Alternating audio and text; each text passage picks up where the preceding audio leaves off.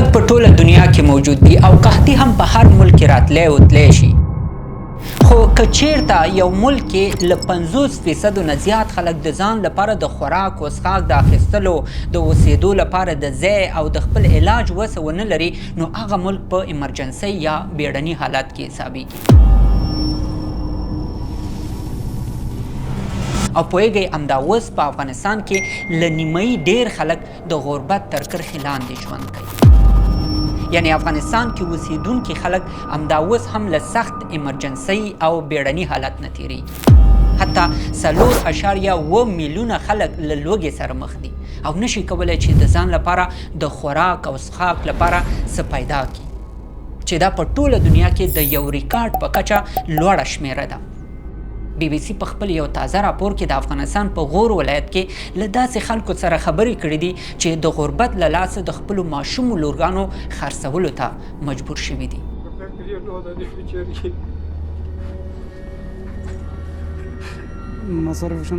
که عملیات کې نه وای شوي او مړه شوي وای څه به کېدل؟ یو ان ډي پي وایي چې په افغانستان کې 28 میلیونه خلک له داسې غربت سره مخ دي چې د ژوند لومړني سهولتونه نه لري او 80% خلک له نورو نه قرضداري دي.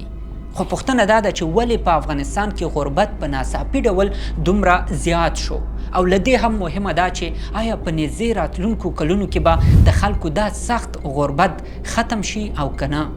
راځئ نن په دې ویډیو کې په همدې موضوع باندې ځان پوه کړو چې په یو هیواد کې غربت څنګه رامنځته کیږي او خلک څنګه له دې حالت نه ځانونه راویستلی شي.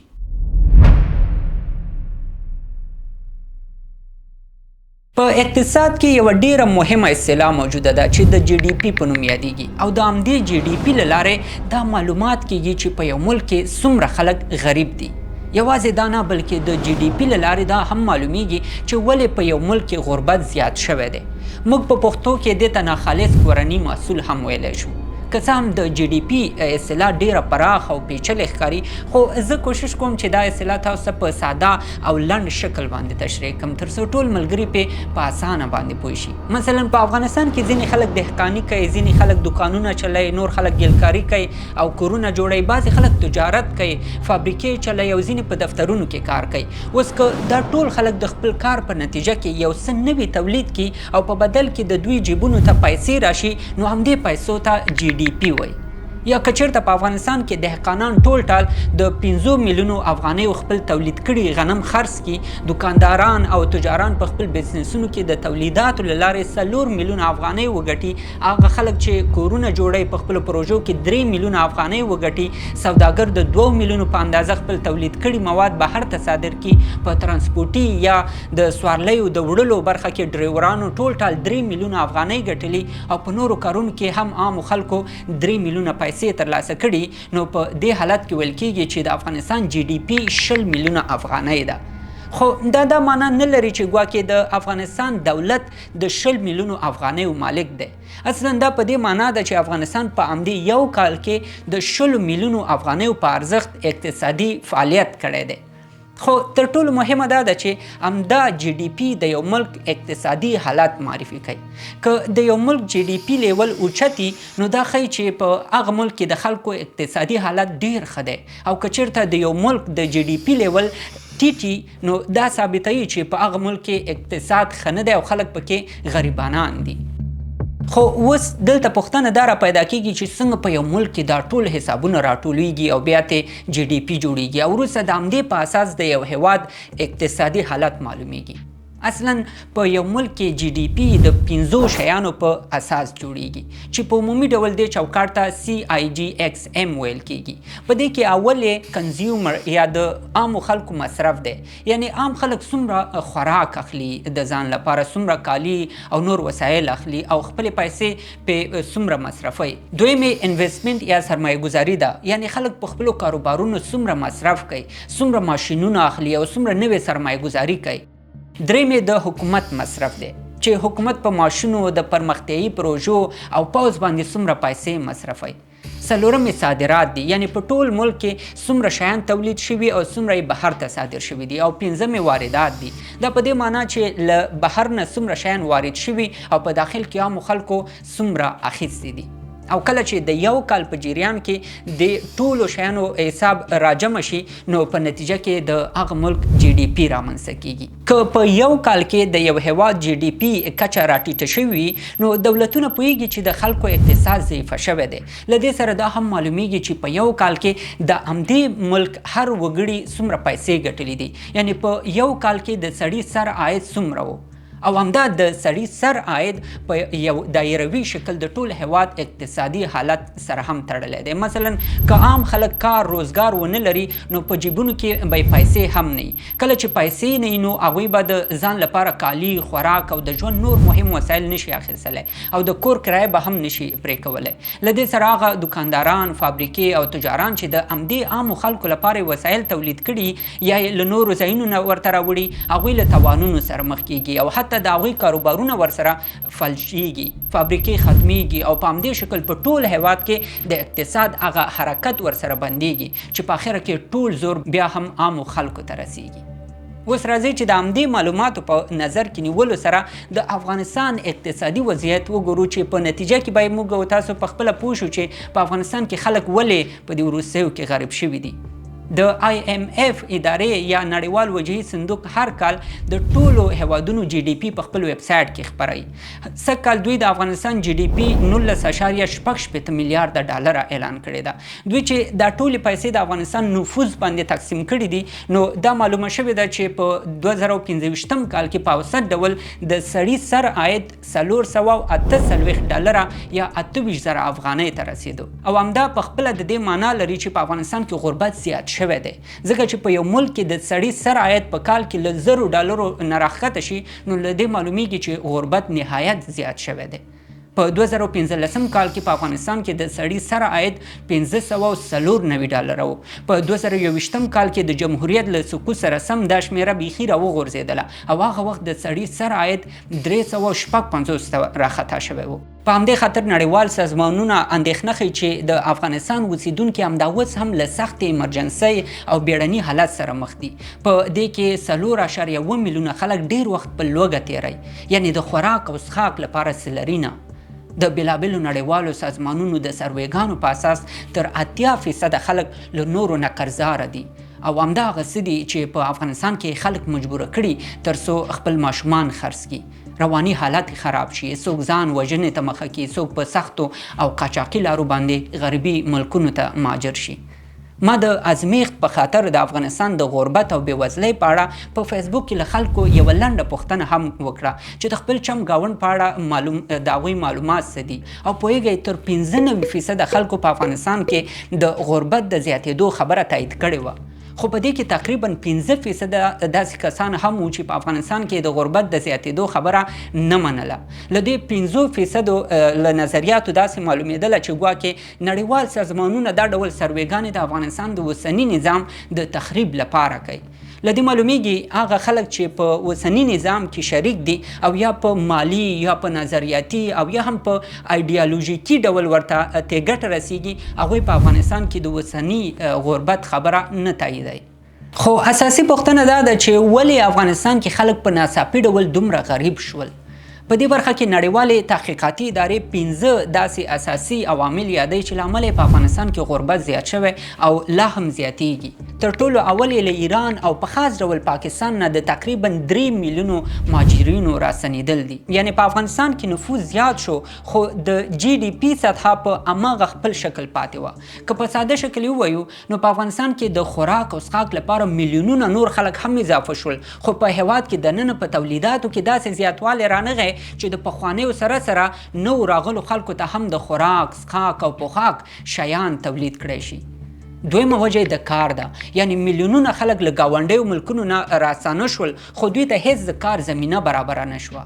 د ملګرو ملتونو د سروې له مخې په افغانستان کې یوازې 3% خلک رسمي وظیفې لري، 99% نور خلک په روزمره مزدورۍ پسې ګرځي او که چېرته دوی ته د څو ورځو لپاره په مسلسل ډول مزدوري پیدا نشي نو تقریبا د 99% خلکو فامیلونه به په لوږه باندې پاتې شي.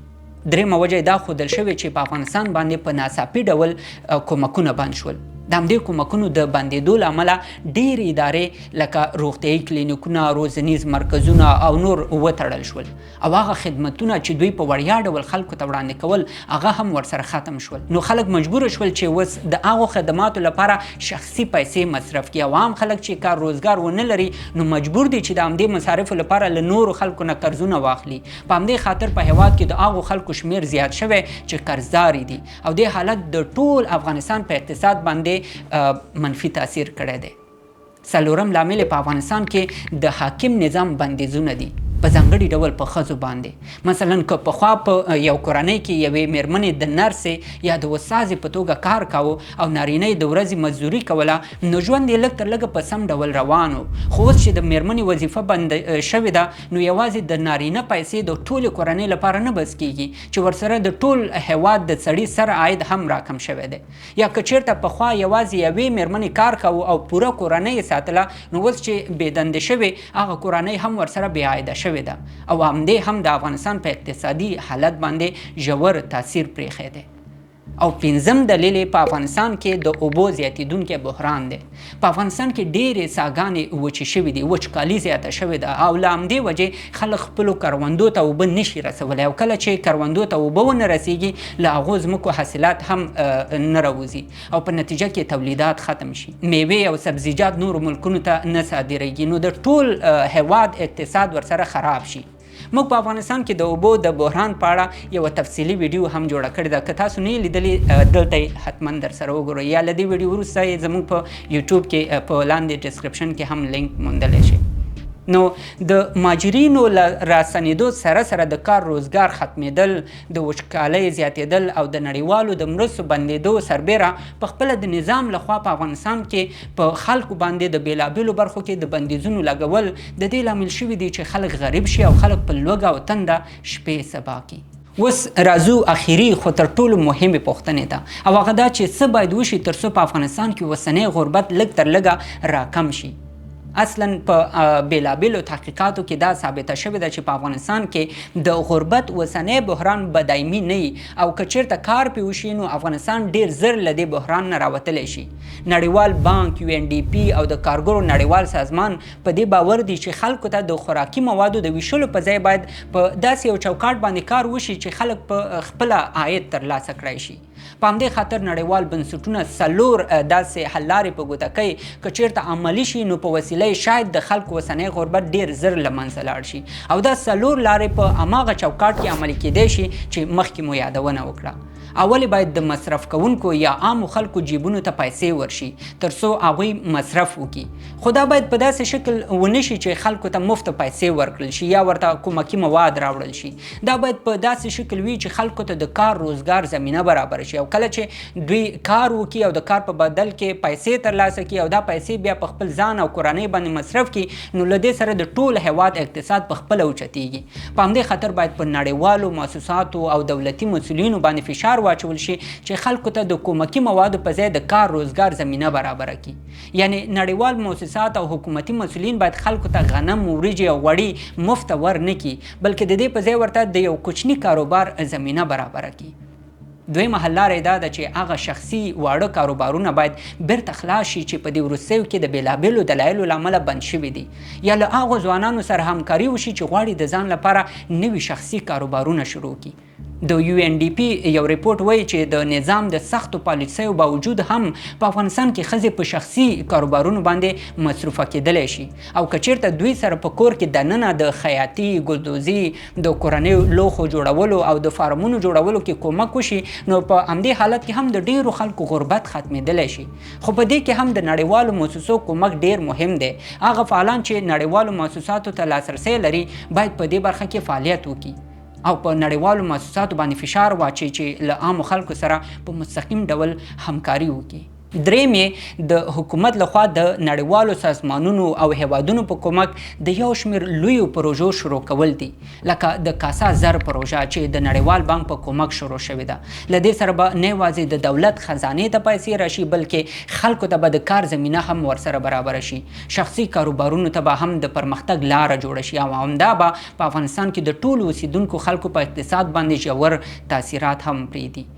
او څلورم یې د صادراتو زیاتول او د وارداتو کمول دي. په اوس وخت کې د وچکالۍ له امله اکثره تولیدات له نورو هیوادونو نه افغانستان ته واردېږي او همدا واردات نه پرېږدي چې په افغانستان کې دننه زیات محصولات تولید شي. که په افغانستان کې دننه ډیمونه جوړ کړی شي، خلکو ته اوبه په سم ډول ورسیږي، برېښنا رامنځته کړی شي، نو افغانان به خپل محصولات تولید کړی شي او نورو هیوادونو ته به هم صادر کړی شي او په نتیجه کې به د عامو خلکو جیبونو ته پریمانه پیسې هم راشي. نو که چېرته لږ تر لږه په همدې څلورو برخو کې فعالیت او کار وشي، نو د نړیوالو بنسټونو د اټکل له مخې شاید په لنډه موده کې افغانان د غربت له اوسني بد حالت نه وژغورل شي. دا و زموږ د نن ویډیو هیله ده چې دې ویډیو به تاسو په افغانستان کې د اوسني غربت په اړه یو څه معلومات درکړي اوسي. خو یوه یادونه، زه په دې وروستیو کې متوجه شوم چې زموږ ډېرې ویډیوګانې تر 80% هغه ملګري ګوري چې زموږ د یوټیوب چینل یې نه وي سبسکرایب کړی. که تاسو دا ویډیو ګورئ او زموږ چینل مو نه یې سبسکرایب کړی، نو همدا اوس یې سبسکرایب کړئ او دا به موږ سره کومک وکړي چې زموږ دا ډول معلومات تر نورو خلکو پورې هم ورسیږي او هغوی هم ترې په اسانه سره استفاده وکړي. ستاسو له ملګرتیا مننه. تر بیا د الله په امان.